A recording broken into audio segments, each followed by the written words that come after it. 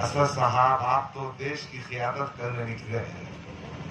आप तो उम्मत मुस्लिमा के अपने आप को नेता कहते हैं, फिर क्यों झक मारने के गफ्फार कादरी को 10 साल पार्टी में रखा कि अपना मुकाबला इम्तियाज जलील से है नहीं।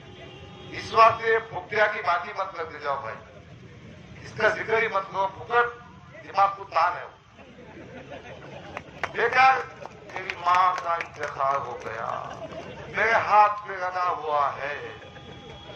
अबे अपनी खानदानी जिंदगी संभाल जा ना, फिर जनता फिर झकमा रहा है तू। बेचारे जावेद कोशी ने मजलिस को गाया, दिनों बन गए आमदार, उसके बाद सबका गेम बजाते बैठे और पैसे कमाते बैठे। बहरहाल मैं ये कहना चाह रहा था, आज की तारीख में अपना मुकाबला अतुल सावी से है। इम्तियाज जलील 5वें, 4थे, 3रे कौन से नंबर पे, वो बातें देखेंगे अब।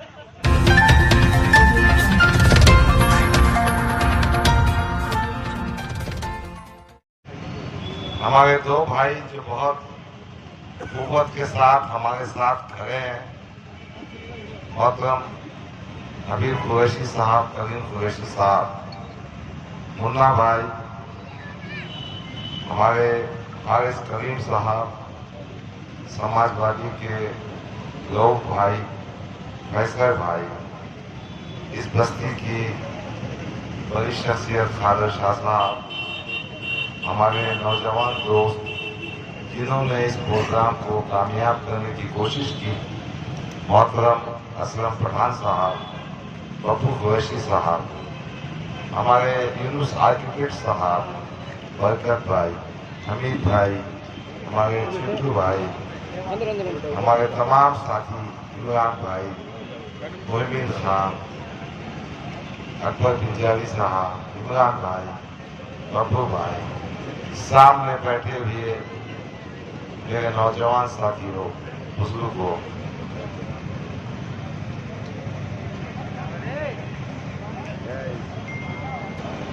ये माइक भी बहुत काम बता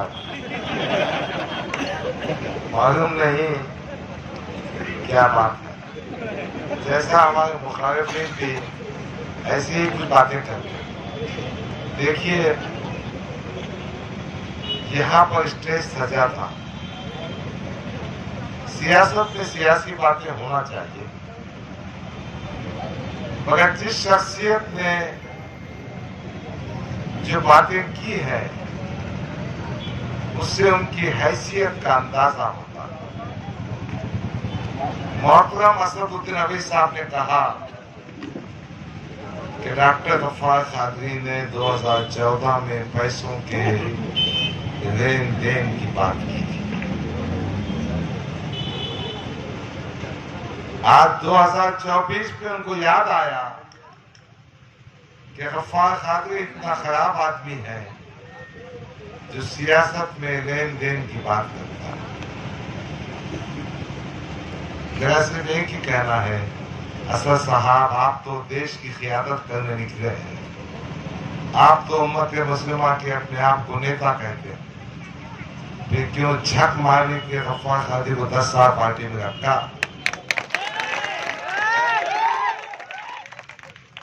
क्यों 2 वक्त मुझे टिकट दिया, क्यों मुझे महाराष्ट्र का कारगुजार सदर बनाया। दोस्तों, सच्चाई तो ये है, अल्हम्दुलिल्लाह मेरा दामन इतना पाक है लेन देन के मामलात में। हाँ, गुनाहगार होगा, अगर मुझे मेरे गुनाहों को माफ करे, मगर पैसों के मामलात में मुझ पर कोई उंगली नहीं उठा सकता। पैसों के लेन देन में मैं इस पर कोई उंगली नहीं उठा सकता। मेरा दुश्मन भी कहेगा कि गफ्फार कादरी हिसाब किताब में सीधा आदमी। बड़ा मोहतरम ने कह दिया, बोखलाहट है ना, बहुत परेशानी है। सवाल का जवाब ये देना चाहिए था, क्या गफ्फार कादरी का इस हल्के असेंबली में उम्मीदवार बनने का हक था या नहीं था? क्या गफ्फार कादरी पे आपने नाइंसाफी की या नहीं की? मैंने खत लिखा था उनको, खत बड़ा तफसीली था। उस खत में मैंने लिखा था कि मोहतरम सदर साहब, मेरी उम्र 67 साल हो चुकी है, शायद ये इलेक्शन मेरी जिंदगी का आखिरी इलेक्शन होगा। सदर साहब ने उस वक्त तो कोई जवाब नहीं दिया, मगर परसों 2 दिन पहले यहाँ की स्टेज से कह रहे थे कि उम्र 70 साल की हो गई है, अगला अगला करिए। मिस्टर असदुद्दीन अवैसी, काश तुम मेरे सामने कहे होते, मैं भी आपको जवाब दिया होता। मेरा मानना है कि एक मोमिन जो अल्लाह को मानता है, अल्लाह का बंदा है, वो पैदा होने से लेके मरते दम तक अपना काम अंजाम देता है। समाजी खिदमत भी, सियासी मैदान में दायरागिरी से काम करना भी, सियासत में मुसलमानों की ईमानदाराना खिदमत करना, अवाम की खिदमत करना भी आगा आगा करने के बराबर है। अरे टोपी पहन के, शेरवानी पहन के ऐसे भामटे बाता मत करो ना भाई, बहुत हो गया। वो जो उनका बच्चा है ना, वो तो उसके कदम आगे। किरातपुर के स्टेज से उन्होंने कहा, डॉक्टर का दामाद हाथ पकड़ पकड़ कर पेशेंट से कह रहा था 2024 के पार्लियामेंट इंतखाबात में चंद्रकांत खैरे को वोट दो, मशाल वोट दो। अरे आदमी के बच्चे, तेरे बाप की जागीर है क्या? मेरा दामाद मेरी बात क्यों सुनेगा? वो एमजीएम में प्रोफेसर ऑफ मेडिसिन है, डॉक्टर उमर कादरी की बात कर रहा हूं। वो हेड ऑफ डिपार्टमेंट है, वो 42 साल का नौजवान है जो 42 साल में मेडिकल कॉलेज में प्रोफेसर और एचओडी बना है। डॉक्टर उमर कादरी को आप सब जानते होंगे। बेगर्ज तरीके से कौम और मिल्लत के काम आता है। और इम्तियाज जलील, अगर तेरी याददाश्त कमजोर होगी तो मैं याद दिलाना चाहता हूं, जब ताज विमानता होटल में बैठे थे, मैंने असद साहब से कहा था इसकी हरकतें तो ऐसी है कि मैं मेरे दामाद को कन्विंस नहीं कर सकता, स्टेज पे क्या भाषण करूं मैं। फिर मैंने असद साहब को वाकया सुनाया था। कोविड के जमाने में इनके कुछ कारपोरेटर्स एमजीएम अस्पताल पहुंचे, इनको पैसा वसूल करने का था। उन्होंने डॉक्टर उमर से गाली गलौज की, बदतमीजी की। जो डॉक्टर उमर हमेशा इनसे खिदमत में पेश आता था, इनकी मदद करता था। मेरे दामाद ने मुझको फोन किया,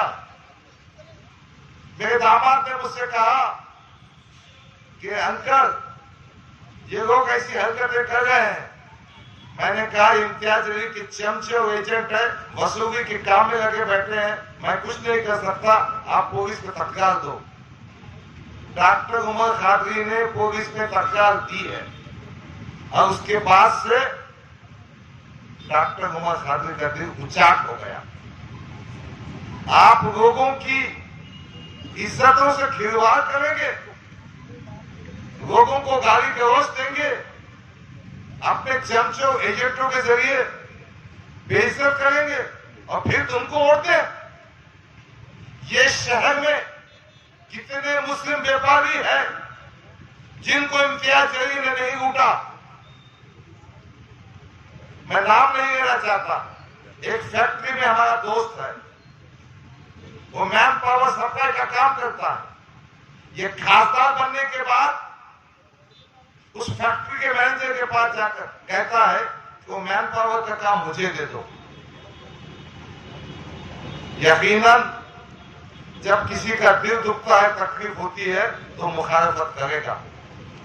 तो मैं इम्तियाज अली को याद दिलाना चाहता हूं कि ताज विमानता होटल में मैंने कहा था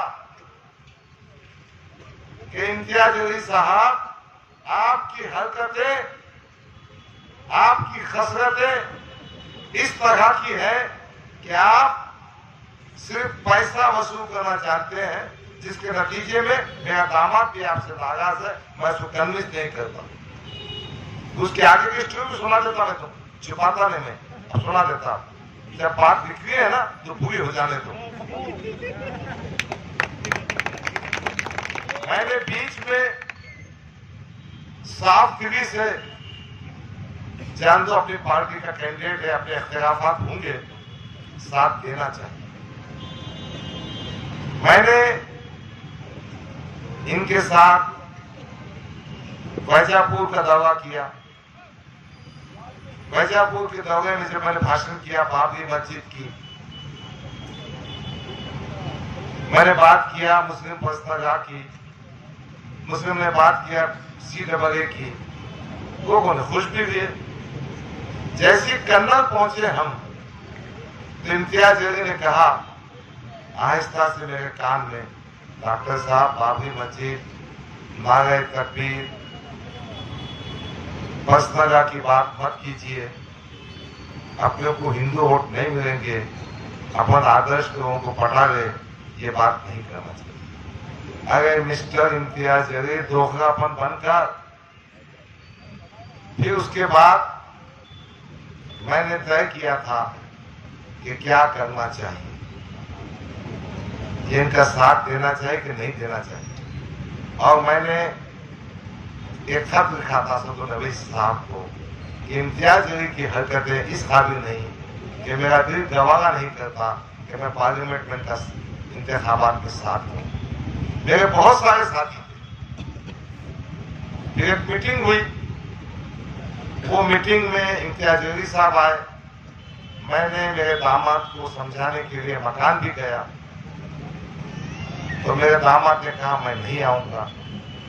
फिर मैंने मेरी बेटी को फोन किया, बेटी माँ क्या पका, मैं खाना खाने तुम्हारे घर को आता हूँ, जवार की रोटी खाता हूँ मैं शौक से। बेटी ने अब्बा जी जवार की रोटी खाने आओ। मैंने खाना खाया। मैंने मेरे दामाद से कहा डॉक्टर उमर खादली से, इम्तियाज घर पे आ रहा है, जान देंगे, अपना किस्सा खत्म कर देंगे। मेरे दामाद ने कहा नहीं, मैं उसे माफ नहीं करूंगा। मैंने ऐसे ऐसे केसेस में फीस कम की है, ऐसे ऐसे वक्त में मकान जाकर देखा है। मैंने उनके फोन करने पर, कारपोरेटर्स के बोलने पर बहुत सारी मदद की है, और एक किस्सा भी सुना दिया उसने। एक दफा कुछ गाड़ी से एक्सीडेंट हुआ था, उसका पूरा खर्चा मैंने दिया था। इसके बाद भी ये अगर मेरे पीछे पड़ता है तो मैं भी इससे बदला वसूल करूं। तो ये किस्सा, आप काम नहीं करेंगे, लोगों को लूटेंगे, बदनामी करेंगे, फिर कहेंगे डॉक्टर के दामाद ने हाथ पकड़ पकड़ के बचा को। अबे तेरे को तो जूते मारना चाहिए, तेरे को तो चौरास्ते पे खड़े जूते मारना चाहिए। कहाँ पैसे खा बताओ मैं तुमको।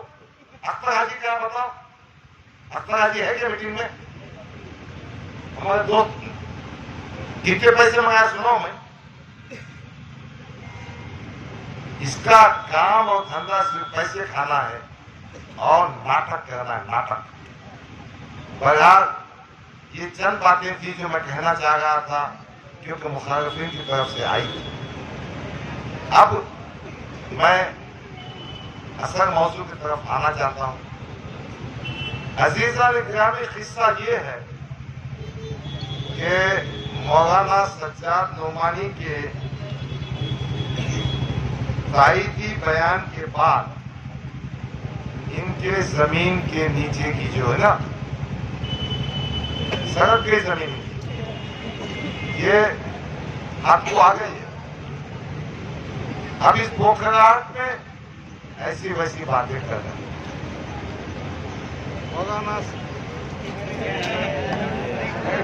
मोहब्बत में है मुझसे, उसको नहीं बख्श दे तो देखो भी नहीं बख्शेंगे। देख मेरे को मकान वापिस जाने का है भाई, और मुझे भी मकान वापिस जाने का, और भाइयों को भी जाने का। तो मौलाना सज्जाद नोमानी साहब ने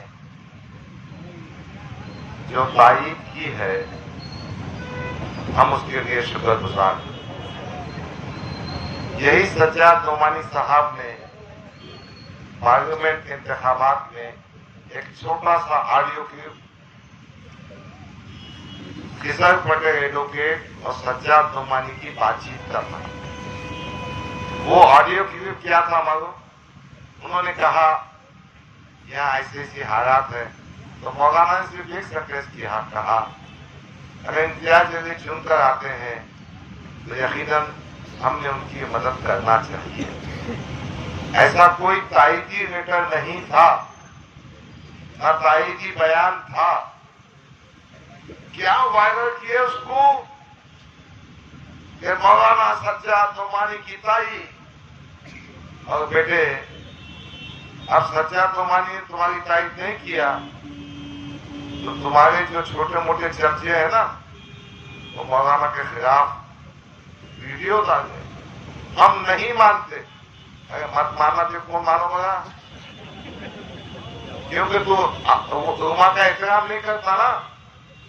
अबे तू नहीं माना तो झक मराना, मेरे को बेइज्जती करा उमा की तू। बहरहाल मेरे भाई ने बहुत वजाहत से उस बात को कहा है। मैं एक ही बात कहना चाहता हूं, जब कोई फैसला उलमाए दीन का, बड़े आलिम दीन का इनके हक में आता है तो वो उलमा का एहतराम करते हैं, और जब कोई फैसला इनके हक में नहीं आता है तो ये नाजेबा, ओछी, घटिया, गंदी हरकतों पे आते हैं। तो आपने इनको समझना चाहिए। जो वारिस अंबिया को ओछी गंदी जबान में गालियां देती है, उनको सियासी तौर पर दफन करना चाहिए। मैं इस मजमूए से कहना चाहता हूं, आपके दिल को जो ठेस पहुंची है, ये ठेस, ये आपको जो तकलीफ पहुंची है, ये ठेस आप 20 तारीख को निकालें। कोई बहस करने की जरूरत नहीं, कोई आर्ग्यूमेंट करने की जरूरत नहीं। इनको समझ में आना चाहिए कि उलमाए दीन के खिलाफ गंदी, ओछी, घटिया जबान इस्तेमाल करने से मिल्लत का हर नौजवान, हर बुजुर्ग, माँ बेटी, हर नौजवान इनको सियासी तौर पर बेवजन कर देंगे, इनकी जमानत जब्त कर देंगे। एक बात और कहना चाहता हूं, आज सूरत हाल यह है कि अपना मुकाबला इम्तियाज जलील से है नहीं। इस वक्त ये फुकटिया की बात ही मत करते जाओ भाई, इसका जिक्र ही मत करो, फुकट दिमाग को तान है वो। बेकार मेरी मां का इंतखाब हो गया, मेरे हाथ पे लगा हुआ है। अबे अपनी खानदानी जिंदगी संभाल जा ना, फिर जनता भी लोग झकमा रहा है तू। और 10 साल में तूने क्या किया है भाई? मैं जानता हूं अब इस वक्त में क्या बनाता हूं, फुकटिया की बात ही मत करो। फुकट छाप, कोई मेहनत नहीं करने का। बेचारे जावेद खुरशी ने मजलिस को गाया, इन्हों बन गए आमदार, उसके बाद सबका गेम बजाते बैठे और पैसे कमाते बैठे। बहरहाल मैं ये कहना चाह रहा था, आज की तारीख में अपना मुकाबला अतुल साविज से है। इम्तियाज जलील 5वें, 4थे, 3रे कौन से नंबर पे, वो बातें देखेंगे। अपने को अपना एक एक वोट कंसोलिडेट करना है, इकट्ठा करना है। जो रिश्तेदार बाहर गए हैं उनको बुलवा के लीजिए, जो अपने वोटर्स बाहर के मुकामात पे गए उनके गाने का इंतजाम हम करेंगे, हमको बताइए। हम ये कोशिश करेंगे कि हमारा एक एक वोट निशानी सेकर बटन नंबर 5 पे पड़े। हम इस बात की दुआएं करेंगे अगर अपनी इज्जत की बारगाह में कि अगर पहले मुझे नेक तौफीक दे और जिन मकासद के लिए आपका एक कीमती वोट दिया जा रहा है वो कामयाब हो। मकासद ये है कि ये बस्ती सबसे ज्यादा पसमानदा, ये बस्ती पिछड़ी भी है, और अगर पुलिस का एहसान है ये दरगाहें, ये मसाजिद, इसके मीनार, यहाँ की दीनी दरगाहें, मैं तमाम दीनी शख्सियतों को सलाम करता हूँ। परेशानी की हालत में माशी तौर पर थोड़ा पिछड़ा होने के बावजूद नागेगांव की बस्ती, कौसरबाग की बस्ती यकीनन काबिल एहतराम, काबिल सताइश है कि दीन के मराकिज, अल्लाह की इबादत गाहें, मसाजिद ये बहुत तेजी से तरक्की कर रहे हैं। मैं इस बस्ती के नक्शे को बदलना चाहता हूं। पीने के पानी की सहूलत नहीं है, ड्रेनेज का माखो इंतजाम नहीं है। हाँ, कब्रिस्तान में भी काम करने का है, मगर उसको ये कब्रिस्तान में नहीं, कब्रिस्तान की जगह का भी काम करने का है, वो सियासी कब्रिस्तान में नहीं। बहरहाल मैं ये कहना चाहता हूं कि इस बस्ती में जो स्कूल बना ना, परसों भाषण में एक जिम्मेदार साहब बोल रहे थे कि नागेगांव का जो स्कूल इतना अच्छा हुआ है उसमें वो भुट्टिया का कुछ काम है। असलम पठान गवाह है, गफ्फार कादरी ने उस स्कूल को कई दफा विजिट की, उनके असातिज़ा से बातचीत की, और जो आखिरी निवेदन था वो ये था कि नागेगांव के मासूम बच्चों को वहां जगह कम होने से एडमिशन नहीं दिया जाएगा। हमने हेडमास्टर से गुफ्तगू की, फिर आचार संहिता आ गई। मैंने हेडमास्टर से कहा था आप एडमिशन रिफ्यूज नहीं कर सकते। सेंट्रल का एक कानून है, right to free and compulsory education. आज 6 साल से 14 साल के बच्चों के उस बस्ती के स्कूल में कंपल्सरी फ्री एजुकेशन देना है। अगर हेडमास्टर ने रिफ्यूज किया तो उस पर गुना दाखिल होता।